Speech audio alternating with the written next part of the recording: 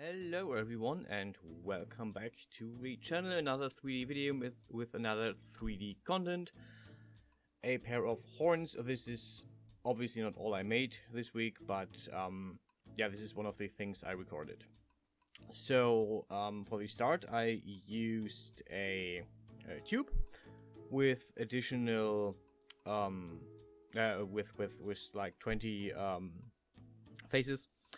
And first was to actually bring it in the form. So I had an inspirational I had a reference, but I'm not linking this because, as usual, the artwork is not mine, and I don't want to get any problems with the actual creator of the art. So yeah, I'm not referencing the art in this case because I can't just name the artist. If I could, I would probably do that. Yeah. So next step was for me to find out how I can actually give the horns their shape. So I wanted them to have like hubbles or like resized yeah, like waves, you can say. And yeah, apparently the software crashed on me because I just did too many weird things in too much short of a time.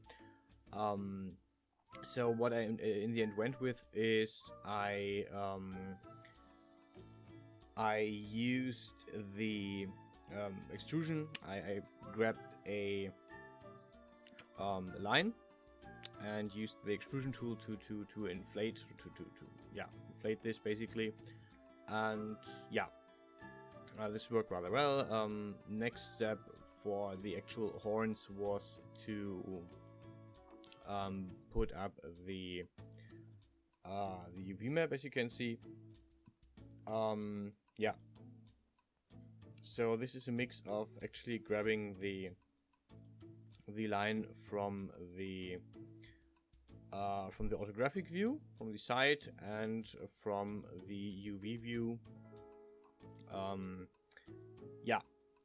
So in general, I try to bring my UV maps either in a horizontal or vertical position, but the main idea is just to have to just have a structure to the whole thing, so you know where you are, or where the points are located. This is mainly due to the fact that I work with I basically do a lot of my textures and a lot of my bump maps myself, and since they are rather rudimentary and rather easy, because I still didn't do the tutorial for that, I try to basically have everything in the same direction, on the same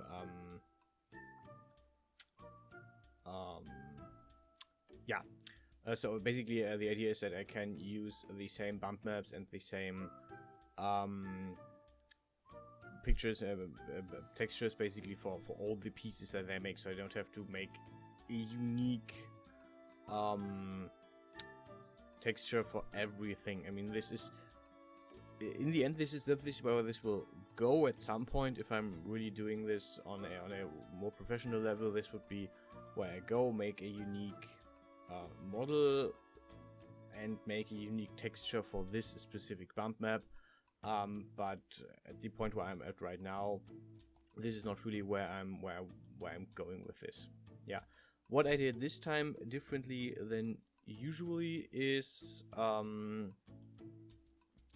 that I actually not just clipped the rings and the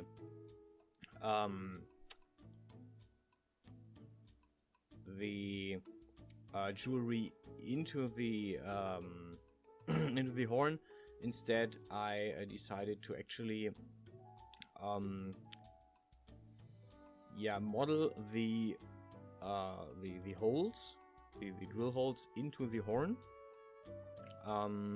so that the model is a bit it adds complexity, it adds vertices obviously, but I think I just, for me, this is basically just it, or yeah, enter the new level, do a new thing, try out a new thing, and yeah, this is basically where I go, a step where I thought, which I thought about a few times before. For example, when I did the cow horns, I did the same thing. Do I want to actually go and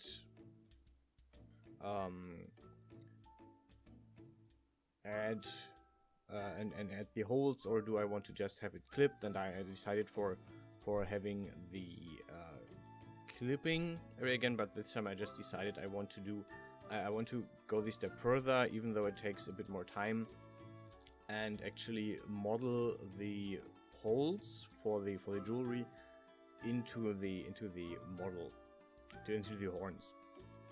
And yeah, this was easier. It was yeah, as complex as expected. I mean, I before I did this, I had a plan how to do this, and it worked rather well. Yeah, there was a bit of stuff going on the second side. You will see this in a bit. First, I decided I want to do like a very simple horn jewelry, like a ring that is yeah, welded around the horn, that is basically that has the same form as the horn. So you saw before with the antelope-like horns that I loosely fit, sometimes loosely fit the jewelry around this, and this time I wanted it to actually like be a perfect fit. So this is why I copy-pasted part of the horn here instead of just making a full new ring. And apparently at some point this crashed again on me because I was doing too much stuff on it. But yeah, yeah, so it crashed a few times. This is I guess part of the process at some point. Yeah, at this point I tried to basically do multiple holes next to each other, and one thing I encountered was actually that the so the wall between the two holes was basically thin, basically two-dimensional, which I hadn't expected. So I had to do an iteration with another do the use the connect tool to basically add a complete iteration of the faces before I could do the yeah, the drill holes again into the horn.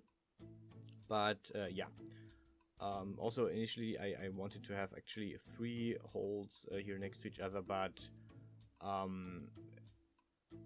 I settled for 2 because it of the space of this. I mean, I could have probably done a third, wouldn't have been a problem, because by then I had down how to do it.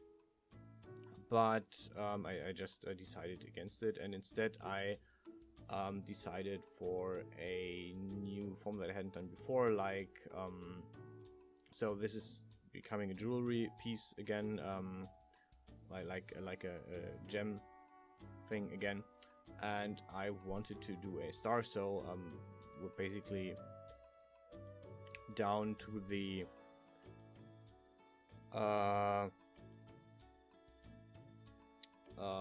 to the celestial symbolism again that I sometimes use.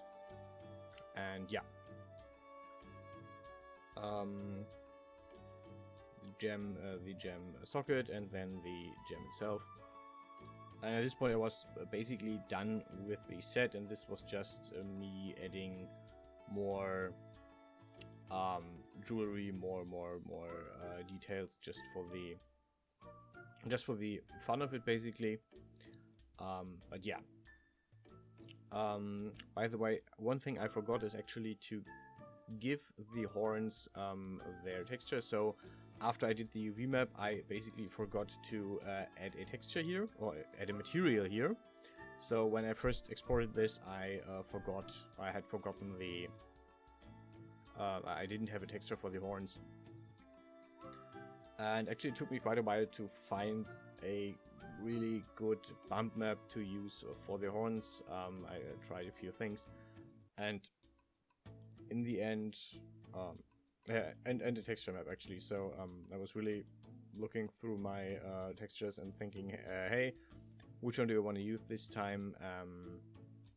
Yeah, and I guess it all boils down to I should probably do the next tutorial sometime soon with the textures. How I make textures. I mean, it's not that complex or that interesting a process. It's mainly me fiddling around in GIMP, but yeah, I will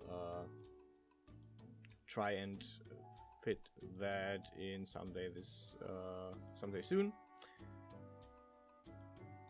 And then there's also the tutorial about the sculpting tools which I found, which I don't know if I will actually use them, but they exist and I definitely want to show them off.